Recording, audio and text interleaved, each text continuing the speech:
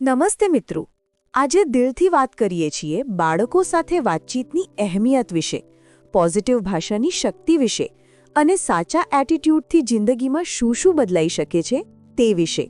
સાચું માનો, ખુશાલી અને સફળતાનું અસલી રાઝ આપણા નજરિયામાં જ છુપાયેલો છે. જેફ કેલરે બરાબર કહ્યું છે, એટીટ્યૂડ ઇઝ એવરીથિંગ, એટલે કે આપણી સોચ, આપણો વ્યવહાર જ દરેક બદલાવની શરૂઆત છે.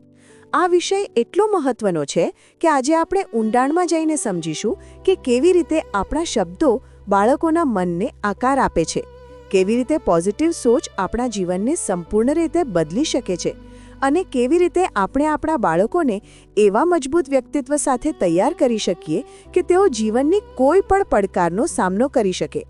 બાળકો સાથે વાતચીત એ માત્ર શબ્દોનું આદાનપ્રદાન નથી, તે તેમના ભવિષ્યનું નિર્માણ છે. જ્યારે આપણે બાળકો સાથે વાત કરીએ છીએ ત્યારે અજાણતામાં જ તેમની ભૂલો પર ધ્યાન કેન્દ્રિત કરી દઈએ છીએ. નાની ભૂલ પર કહી દઈએ છીએ, તારાથી આ કેમ નથી થયું, અથવા તારામાં આ ખામી છે. શું તમે ક્યારે વિચાર્યું છે કે આ શબ્દોની અસર બાળકોના મન પર કેટલી પડે છે? ધીરે ધીરે તેમનો આત્મવિશ્વાસ ઘટવા લાગે છે. તેઓ પોતાને બીજાઓથી ઓછા સમજવા લાગે છે. આપણા બોલવાની રીત તેમના વિચારવાના ઢબ અને પોતાના પર વિશ્વાસને સીધી અસર કરે છે.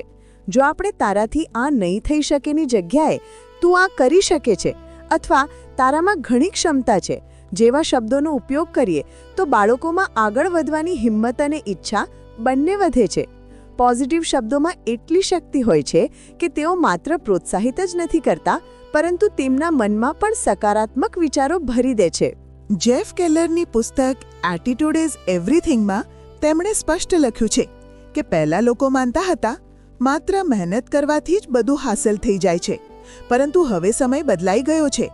આજે માત્ર મહેનત નહીં, પરંતુ સમજદારી, સાચો નજરિયો અને સતત પ્રયાસ, આ ત્રણેય જરૂરી છે.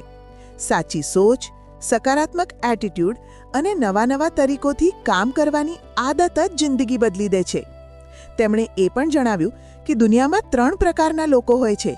એક, જે પોતે મહેનત કરે છે. બીજા, જે બીજાઓથી કામ કરાવે છે. અને ત્રીજા, જે દિમાગથી વિચારે પણ છે અને પોતે પણ મહેનત કરે છે. અસલી સફળતા તેમને જ મળે છે જે વિચાર અને મહેનત બંનેમાં આગળ રહે છે.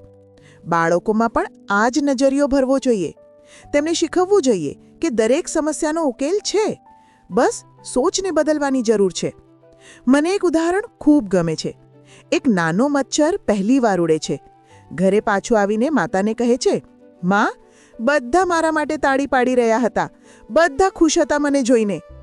જ્યારે કે વાસ્તવમાં લોકો તેને મારવાની કોશિશ કરી રહ્યા હતા, પરંતુ તેની નજરમાં બધા તેની પ્રશંસા કરી રહ્યા હતા.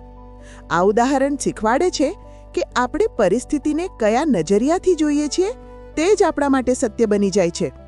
જો સોચ સકારાત્મક છે તો મુશ્કેલીઓ પણ તકો નજરે આવે છે. આપણે અને બાળકોને શીખવવું જોઈએ કે દરેક પરિસ્થિતિમાં પોઝિટિવ વિચારો, હિંમત રાખો અને આગળ વધો. હવે વિચારો, વીજળી ગઈ. અમેરિકામાં લોકો તરત જ ફરિયાદ કરે છે. જાપાનમાં લોકો પોતે ઉકેલ શોધે છે. અને ભારતમાં ઘણીવાર લોકો બસ બહાર ઊભા રહીને રાહ જોવા લાગે છે કે કોઈ આવે અને સુધારી દે. અસલ ફરક સોચમાં છે. જાપાનમાં સેલ્ફ હેલ્પની ભાવના છે, તેથી ત્યાંના લોકો સમસ્યાનો ઉકેલ પોતે શોધવાની કોશિશ કરે છે. આપણે પણ આ જ શીખવું છે. નેગેટિવિટી છોડો, પોતે જવાબદારી લો, ઉકેલ શોધો અને પોતાનો એટીટ્યૂડ બદલો.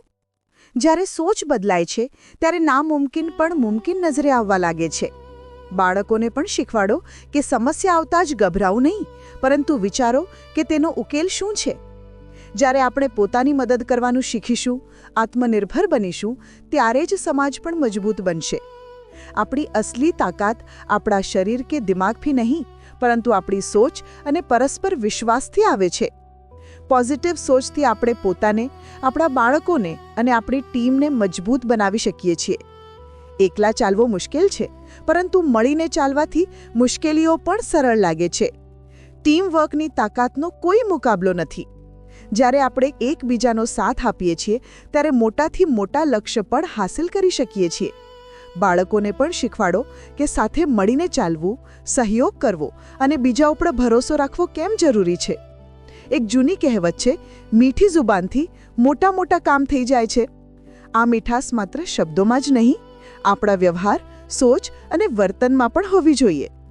જ્યારે આપણે પ્રેમ, અપનાપણું અને પોઝિટિવ સોચથી બીજાઓ સાથે વાત કરીએ છીએ, ત્યારે આપણા સંબંધો ઊંડા અને મજબૂત બને છે. કુટુંબ, સમાજ અને દેશનું વાતાવરણ પણ બદલાય છે. એક કિસ્સો મને યાદ આવે છે. સ્વામી મહારાજ એક ડૉક્ટર જનક પટેલના ક્લિનિકના ઉદ્ઘાટન પર ગયા. ત્યાં તેમણે આ જ દુઆ કરી, અહીં જે પણ દર્દીઓ આવે, બધા સ્વસ્થ થઈને જાય. આ કેટલી સુંદર અને સકારાત્મક સોચ છે. બીજાઓની ભલાઈ ચાહવી, તેમના માટે પોઝિટિવ એનર્જી આપવી. આવા વિચારો અને આશીર્વાદ સમાજને આગળ વધારે છે. મિત્રો, સફળતા અને ખુશ રહેવાનો સૌથી સીધો રસ્તો છે પોઝિટિવ સોચ, સાચો એટીટ્યૂડ અને પ્રેમથી વાતચીત કરવી. બાળકોને પણ આ જ શીખવાડો. પોતાના પર ભરોસો રાખવો, દરેક પરેશાનીનો ઉકેલ શોધવો અને નજરિયો હંમેશા ઊંચો રાખવો. જ્યારે આપણે પોતે સકારાત્મક રહીશું અને બાળકોને પણ આ જ દિશામાં પ્રોત્સાહિત કરીશું, ત્યારે તેમનું આખું જીવન બદલાઈ શકે છે. આજથી ઠાન કરો, બાળકો સાથે વાતો કરતી વખતે પોઝિટિવ શબ્દોનો ઉપયોગ કરો. તેમને હોંસલો આપો, તેમનો આત્મવિશ્વાસ વધારો. યાદ રાખો, તમારો એક શબ્દ, તમારો વ્યવહાર તેમના આખા જીવનની દિશા બદલી શકે છે. માત્ર બાળકો માટે જ નહીં, પરંતુ પોતાના માટે પણ આ જ સોચ રાખો. મુશ્કેલીઓ આવશે, પરંતુ સાચી સોચ અને સાચા એટીટ્યૂડથી બધું સરળ થઈ જશે. તમારો સમય આપવા બદલ દિલથી આભાર. મારી દુઆ છે ભગવાન સ્વામિનારાયણ, શ્રી રામ, શ્રી કૃષ્ણ, પ્રભુ સ્વામી મહારાજ અને મહંત સ્વામી મહારાજની કૃપા તમારા બધા પર હંમેશા રહે.